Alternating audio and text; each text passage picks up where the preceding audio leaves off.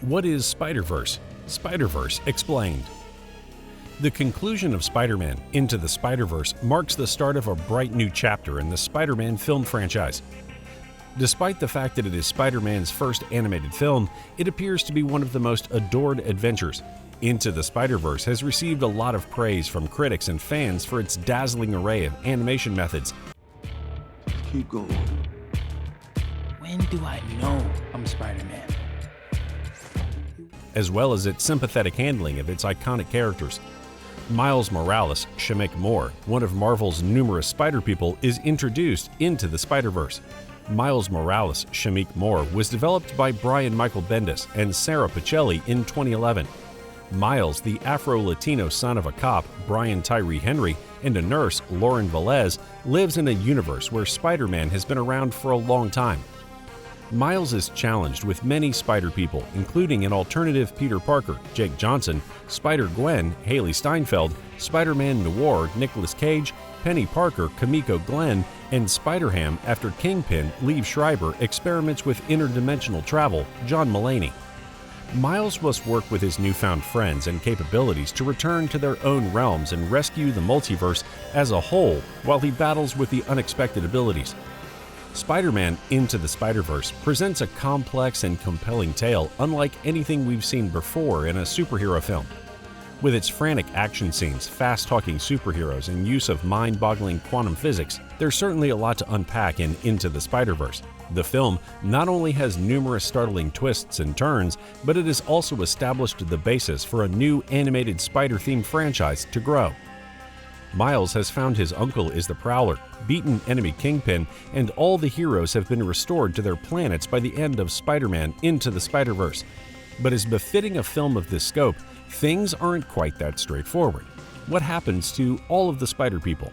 Not only does Miles Morales make his big screen debut in Spider-Man Into the Spider-Verse, but so do Spider-Gwen, Spider-Man Noir, Spider-Ham, Penny Parker, and her biomechanical suit, SPDR.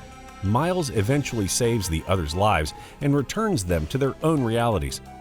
Despite the fact that some members of the Spider team get limited screen time, their experiences in Miles' reality have altered them all, and a montage depicts everyone's readjusting to their new circumstances.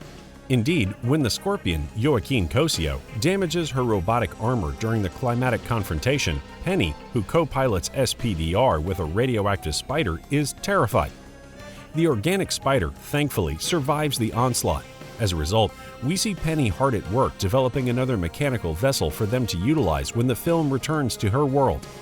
Spider-Man Noir is also shown gaining knowledge from his travels.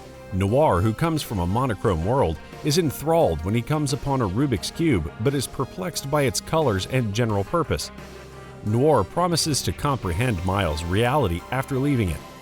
Noir may be shown celebrating his solution of the problem to his colorblind audience at a World's Fair at the end of the film. A snapshot of Spider-Gwen and Miles has her smiling warmly. Gwen confessed earlier in the film that she avoided friends and family because of her heroic job. This image plainly demonstrates that, owing to her friendship with Miles, she is abandoning her solitary lifestyle. This corresponds to the present state of Gwen and Miles' relationship in the comics, and in a rare break from his terrible luck, Peter B. Parker finds the happy ending that Spider-Man so rarely gets. Peter had become a disappointed hero, with his career and money in shambles. He had divorced Mary Jane when she expressed a wish for children, and then let himself go. Despite the fact that Spider-Man Into the Spider-Verse depicts a group of Spider-People coming together, it is primarily Miles Morales' origin narrative. Miles doesn't have the same amount of uncomfortable nerdiness as Peter Parker, but he still has the stigma of being an outcast. His father continually pushes him to succeed, but he's unsure of his own abilities and what his future holds. This is well exemplified by Miles' ability to only manage his talents on a sporadic basis when he first gains them. This is wonderful entertainment for us, but misery for him. The film therefore acts as Miles' coming-of-age narrative, in which he learns to trust his own instincts and feelings. Indeed, like Peter Parker before him, Miles is painfully taught the adage of tremendous power and responsibility. Yet, he quickly realizes that the difficulties he encounters are not ones that he must fight alone. Miles meets kindred, lonely spirits in Spider-Gwen, Spider-Man Noir, and Peter B. Parker, each with his own distinct outlooks and skills. The unkempt Peter B. Parker bemoans his own flaws, as well as the fact that the Peter of Miles' reality was perfect and hence unlike him. Apart from their connection to Miles, Into the Spiderverse shows how vital each of the Spider People is. Because they aren't the one and only Peter Parker, they aren't precluded from becoming heroes or achieving greatness.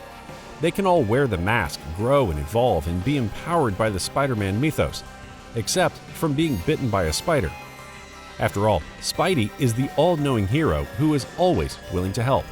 It's a metatextual approach to Spider-Man, but it proves to be the bigger for Miles' change. Miles finds solace and direction in the Spider community. Despite the loss of his uncle Aaron, Miles achieves glory thanks to his knowledge of Spider-Man lore when he saves his pals and foils Kingpin's plots, saving the whole multiverse in the process.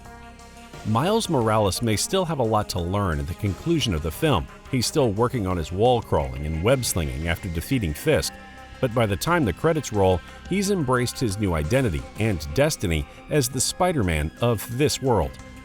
However, the makers of Spider-Man Across the Spider-Verse Part 1 have indicated that the film may connect into the Marvel Cinematic Universe.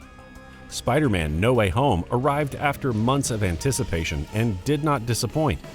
It was difficult to know what to anticipate from the film, given the numerous speculations regarding some actors returning their roles inside the MCU. Green Goblin, Doc Ock, Sandman, the Lizard, and Electro were all previously announced to feature in the film before its release. The picture manages to include references to 3 generations of pivotal events from the web-slinging heroes' previous movies, including on-screen cameos by a slew of villains and heroes from previous films. The return of celebrities like Tobey Maguire and Andrew Garfield, who previously starred in Spider-Man, was a significant payout for Spider-Man No Way Home and its fans. Each villain included in No Way Home culminated in an opportunity for Holland, Garfield, and Maguire's Spider-Man interpretations to fix faults they had previously committed. Their appearances influenced Tom Holland's interpretation of the character, which will continue to be an important part of Peter Parker and Spider-Man in the future. In a sequence between Garfield's Spider-Man and Electro, a crucial element of Spider-Future Man's was revealed. A minor mention is made in the scene that may corroborate the emergence of another Spider-Man in the future. After many of the villains had been cured by the medicines produced by the 3 Peter Parkers, each of the former Spider-Man actors has a chance to talk with villains from their past. While Garfield's Spider-Man talks with Electro, Maguire has a happy reunion with Dr. Otto Octavius. Garfield tries to appeal to Electro throughout their talk by assuring him that he was never a nobody, a speech that feels a touch on the nose for Garfield's depiction of the hero. Electro dismisses Garfield's attempts to cheer him up and makes an unintentional allusion to Miles Morales. Electro is essentially hoping that there is a Black Spider-Man somewhere in the multiverse, which viewers already know. Now that no one remembers Peter Parker, the finale of No Way Home leaves him alone to confront future dangers.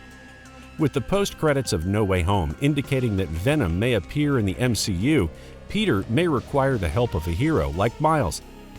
Peter may face additional problems in the next Kraven the Hunter picture, which will be set in the same world as Sonny's Venom.